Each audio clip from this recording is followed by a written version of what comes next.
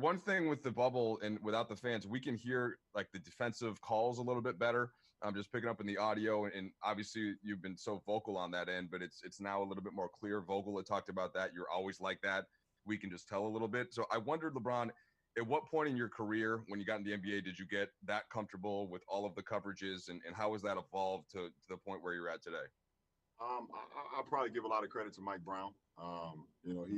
He came in with a defensive mindset, with a defensive strategy into Cleveland when he got the head coaching job, and told me, that he wanted me to be just as good as I was on the offensive end. He wanted me to be even better on the defensive end. It started with a lot of communication. So, when I wanted to take that next step in my career, because I wanted to get better and I wanted to compete for championships, I started to take that leadership as far as my communication, being loud, speaking calls out, getting into the film session a little bit more, diving into that. Mike Brown was very high in watching film and breaking down our opponents and breaking down personnel. So give a lot of credit to Mike Brown on putting that type of pressure on me, which I loved, and became who I am today. Hey, LeBron, it's Dave. I know you're process oriented and kind of take things as they come. I just wanted to fast forward just a tiny bit to wonder if you could describe the thought process or the emotions or whatever you may feel shortly before tip-off on Thursday. I have no idea. Obviously it's a different circumstance. It's different. It's different. I mean, that's for 2020. People have been asking me, like I said, people have been asking me how was the bubble, and I said it's 2020. Everything is different, and you have to be able to adjust to it. So, I don't know as far as if it was like a home game at Staples Center. They won't have that feeling because our fans just give us so much energy. Our fans give us so much support, and we want to try to give that back to them on the floor.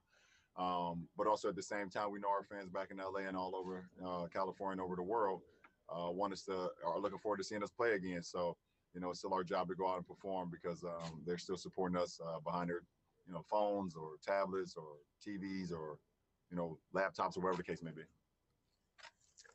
Okay, we'll take a couple here. Joe Barton. You think, because, especially when you get into playoff time, I mean, you put your phone down, you kind of zone out and really focus on one thing.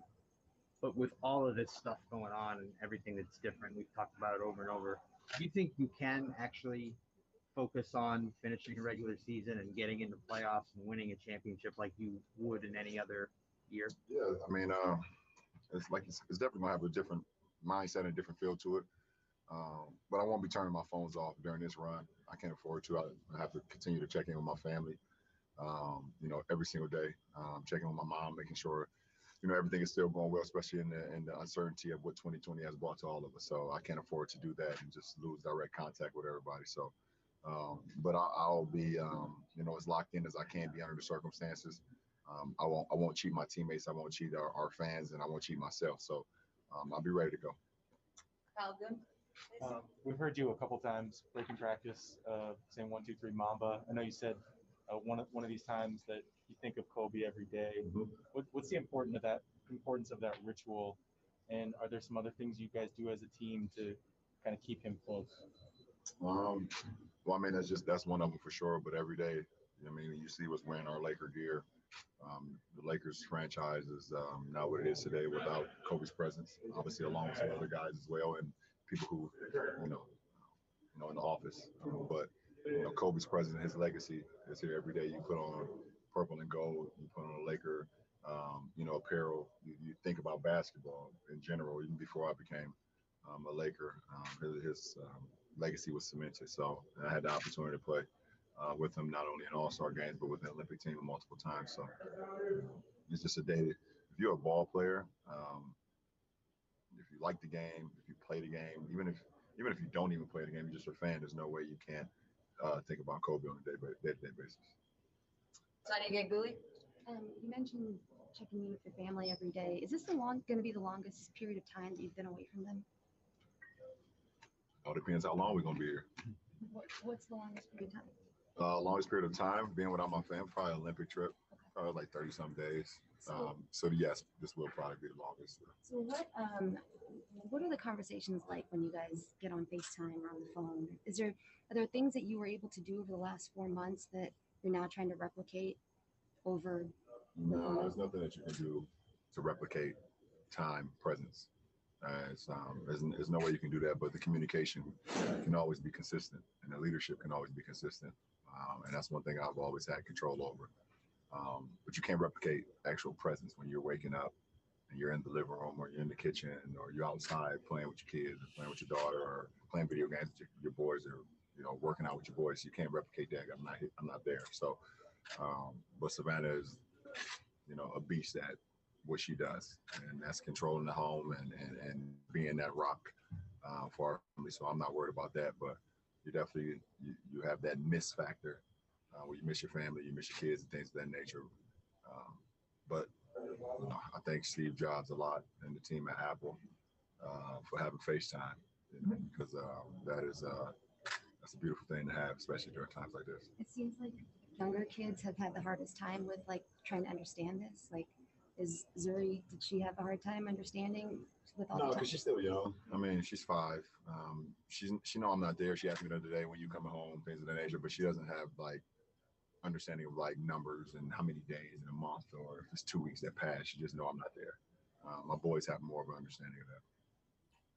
Tanisha, next two. Brad. Yeah, thank you, Tamisha. This is Brad in LA, LeBron. I wanted to ask you, when you first found out about Breonna Taylor's death and how it happened, how do you process the way it happened? Well, I can't process. It's too hard for me to say how to process the way it happened because I wasn't present. I can only go off the facts of what happened, and I kind of put myself, in that household with them coming into the house, a place where they shouldn't have been in the first place, and then open firing and killing an innocent woman who had a bright future. So I think about, if it was a sister of mine, if it was my mother, if it was an auntie of mine, or if it was a friend of mine, and then you think about, just the landscape of what we're in right now, where police brutality is going on, has happened so much over the last,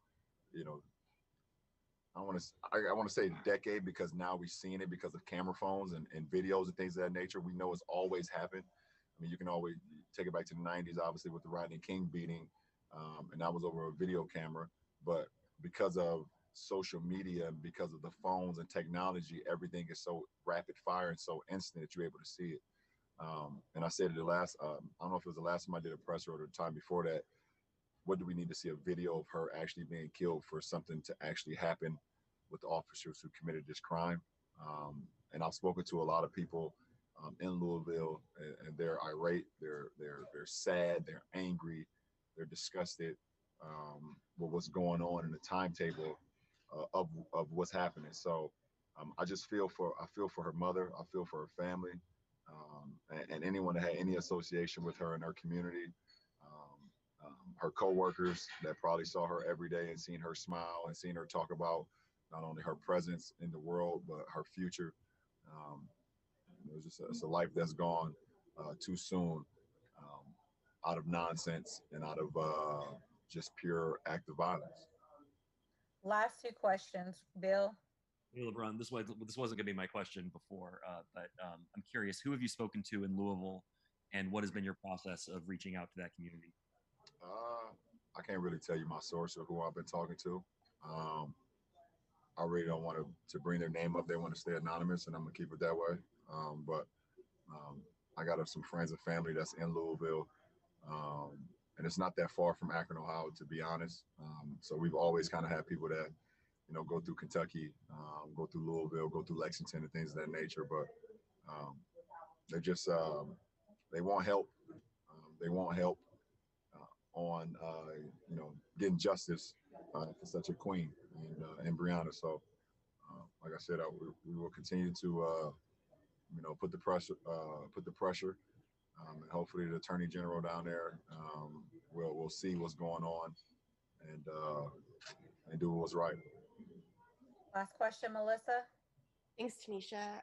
Hey, LeBron. Sorry to change the subject, but I'm curious. You did a podcast back in March talking about how when you stopped playing, your body was like, what's going on? I'm curious just sort of what your body's thinking now with the season about to restart, where you were now versus then, just kind of how that process was for you. Yeah, it was like it's a restart. You know, it's like I'm restarting the engine. You know, you're right. You know, my body was wondering what was going on because I was right there where my body started to get into fifth and sixth and seventh gear into the playoffs, and then it was just complete shutdown. You know, so I'm kind of just gearing my body back up, and you know, the 3 preseason games helped.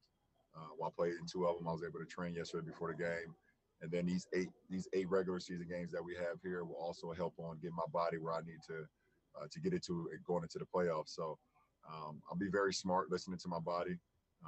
You know, our coaching staff and our training staff have always been smart and want to, you know, have open dialogue with me as well. So I'll pay attention to that, understanding that, you know, it's still a marathon with these next 8 games, and then we get to the sprint once the playoff starts. So I have to be very real with myself, be very real with our coaching staff, and real with the training staff if I have anything that's going on from a physical standpoint. But I've done a good job of trying to just keep myself in the best possible shape during the quarantine at home, you know, and just to prevent anything, if anything was to happen while I'm down here in Orlando. Thanks for watching ESPN on YouTube. For live streaming, sports, and premium content, subscribe to ESPN+.